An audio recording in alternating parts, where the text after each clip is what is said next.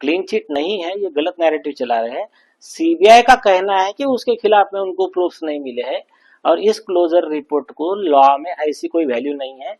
उनका closure report आने के बाद में भी कोर्ट अभी भी कॉग्निजेंस ले सकता है, मर्डर का केस का कॉग्निजेंस ले सकता है, अरेस्ट वारंट निकाल सकता है या फर्दर इन्वेस्टिगेशन के ऑर्डर दे सकता है। जैसा कि नूपुर तलवार के केस में, आरुषि तलवार के केस में, डबल मर्डर केस में कोर्ट ने सीबीआई का closure report double murder case reject किया था और कोर्ट ने खुद कॉग्निजेंस लिया और अरेस्ट वारंट निकाला मर्डर केस का, और उस आदेश को सुप्रीम कोर्ट ने सही ठहराया था। और जस्टिस निर्मल यादव के केस में सीबीआई ने क्लोजर रिपोर्ट दिया था, उसको कोर्ट ने रिजेक्ट किया और बोला कि फिर से इन्वेस्टिगेट करो, तो बाद में सीबीआई ने लाके चार्जशीट दिया। मतलब इवन बाय आप क्लोजर रिपोर्ट के बाद में भी कोर्ट फर्दर इन्वेस्टिगेशन दे सकता है, फिर से चार्जशीट आ सकती है, कोर्ट अरेस्ट वारंट निकाल सकता है, कॉग्निजेंस हो सकता है, तो इसको क्लीन चिट नहीं बोल सकते हैं। आप नेशनल प्रेसिडेंट हो इंडियन, तो क्या कह सकते हैं क्लोजर रिपोर्ट को आगे चल के क्या प्रक्रिया होगी और इसके चलते आगे आखिर क्या मांगे? मैं वही तो कह रहा हूँ, क्लोजर रिपोर्ट को लीगली आज कोई वैल्यू है नहीं।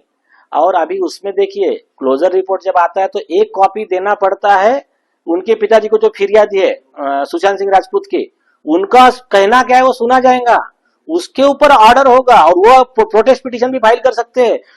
इनकी पिटीशन को कंप्लेंट ट्रीट करके उस पर भी कोर्ट ऑर्डर कर सकता है। तो प्रोसीजर ऐसी है और हमारी जो इसमें डिमांड है, इसको कोर्ट मॉनिटर इन्वेस्टिगेशन ही बेहतर रहेगा, क्योंकि कई आरोपी का हमको डाउट है, उन्होंने सीबीआई के अधिकारी को हो सकता है इसमें मैनेज किया हो, पूरा रिपोर्ट मैंने अभी देखा नहीं है, वो रिपोर्ट में देखने के बाद उस पर ठीक से कमेंट कर पाऊंगा।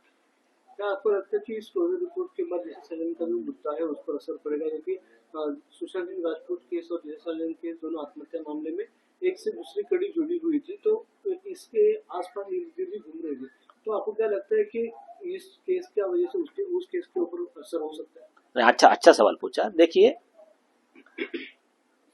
सीबीआई ने 2022 में ही क्लियर कर दिया था कि ये जो आदित्य ठाकरे इन लोगों ने न्यूज चला दिया था कि सीबीआई ने हमको क्लीन चिट दे दिया दिशा सालियान के एक मर्डर केस में, गैंग रेप में, जो भी है। तो सीबीआई ने प्रेस नोट निकाल के कहा कि दिशा सालियान के केस में हमने कोई इन्वेस्टिगेशन नहीं किया, वो इन्वेस्टिगेशन मुंबई पुलिस के पास में है, तो इसलिए हमारी तरफ से कोई क्लीन चिट देने का सवाल ही नहीं उठता है। तो इसका फायदा आरोपियों को कुछ नहीं होने वाला। मैंने अपने प्रेस नोट में सुप्रीम कोर्ट के 2 जजमेंट भेजे हैं, उसमें क्लियर कहा गया है कि अगर सपोज हम कंप्लेनेंट का कहना है